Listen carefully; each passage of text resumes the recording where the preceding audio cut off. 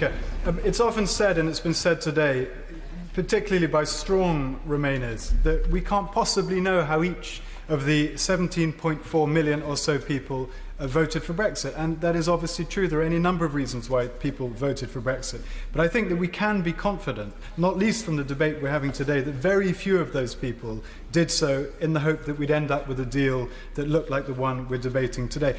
In a legalistic sense, the withdrawal agreement removes us from the EU. But for all intents and purposes, its effect is to bind us to the rules of the EU while removing our ability to influence those rules. I'm not going to focus specifically on the transition period today. It's certainly true, incidentally, that the EU is given vast, possibly unprecedented powers over the UK during that time, and it is certainly uncomfortable, but it also could well be necessary. The issue is what happens after the transition period. It is possible also that during that transition period we will be able to agree a comprehensive free trade agreement with the EU, and as a consequence we may be able to avoid the backstop. But I think that seems incredibly unlikely. The backstop effectively keeps us in the customs union. It subjects us to EU rules with no UK say at all in framing those rules. We've heard today from numerous speakers it would divide Northern Ireland from the rest of the UK. It would prevent us from striking meaningful new free trade agreements with other countries. The Attorney General, a couple of days ago, gave a magnificent performance in Parliament in which he described it in 3 sentences, but as undesirable, unattractive, unsatisfactory. But the biggest concern about the backstop is that we cannot leave it without the permission of the EU, and that is not disputed. The question then is, what incentive is there for the EU to negotiate in good faith? What would stop that backstop becoming a trap, becoming a long-term basis of the UK-EU relationship? Given that any EU country can veto our departure from the backstop, the likelihood of being stuck in that backstop is surely very high indeed. We'd have to wait until each and every EU country had its fill before agreeing finally to let us out. Yes, we could leave the backstop. We heard again and again, if we can prove that the EU is not acting in good faith. But what on earth, in practical terms, does that even mean? The withdrawal agreement has united Leavers and Remainers in an extraordinary manner. I shared a platform a few weeks ago with the Right Honourable Member for Twickenham, my neighbour, a few weeks ago, and it was the first time in 2 years that we agreed on something relating to the EU. We've known, I think, for some time now that this deal has virtually no chance of making it through Parliament. We know that it jeopardises this party's relationship with the DUP, which is critically important to keeping the government going. So it is odd, I think, that the government continues to so vehemently flog what is so obviously a dead horse.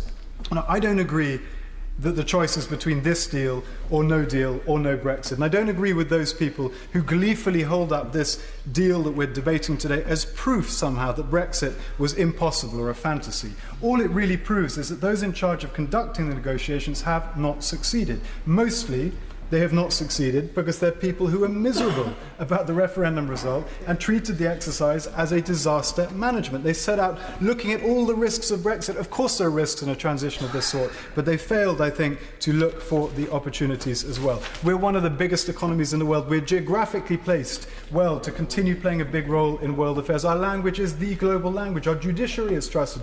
Despite all the rubbish that's going on at the moment, our democracy remains the envy of the world. Our legal system provides more certainty and clarity than pretty much anywhere else in the world, and people want to live and work and raise families here. Had we never joined the EU in the first place, does anyone honestly believe that they would not be biting off a hand to agree a comprehensive free trade agreement today? Of course they would.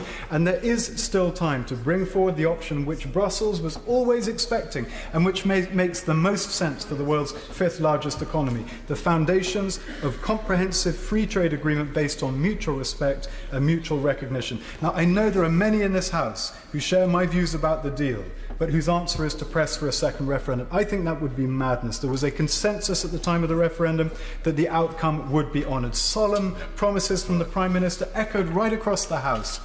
We can all remember at the time some people brashly saying it didn't matter how people voted, the EU would never let us out anyway. And I remember those people being dismissed as if they were lunatics. But that did, after all, happen. It happened in Denmark, it happened in France, it happened in Netherlands, I think it happened twice in Ireland. I was one of the people, incidentally, who dismissed those concerns as conspiracy theories. How extraordinary, how depressing that there is now a real chance that those people could have been right all along. Now, I understand that some people remain mortified by the outcome of the vote. And of course, this place is filled with extremely clever people who could potentially find a clever way of stopping Brexit one way or the other. But it would demonstrate a remarkable lack of wisdom.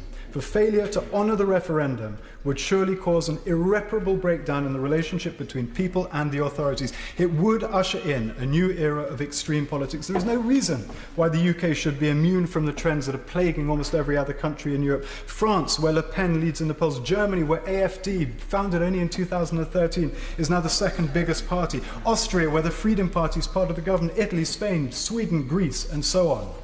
If that gut fear that so many people have, the feeling that the political elite simply cannot be trusted, is utterly and completely confirmed, where will those mainstream voters go? It is madness. You could justify it possibly, potentially, perhaps, if something truly seismic has happened. But it hasn't. Millions of pounds have been poured into a campaign to undermine the referendum, make people fear every aspect of Brexit. The polls have barely moved. They're still within the margin of error. I believe the government is going to lose this vote next week. I hope, I'm afraid to say, that the government loses the vote next week. And then either this Prime Minister, or if she will not do it, another Prime Minister, must take it back to the EU and change.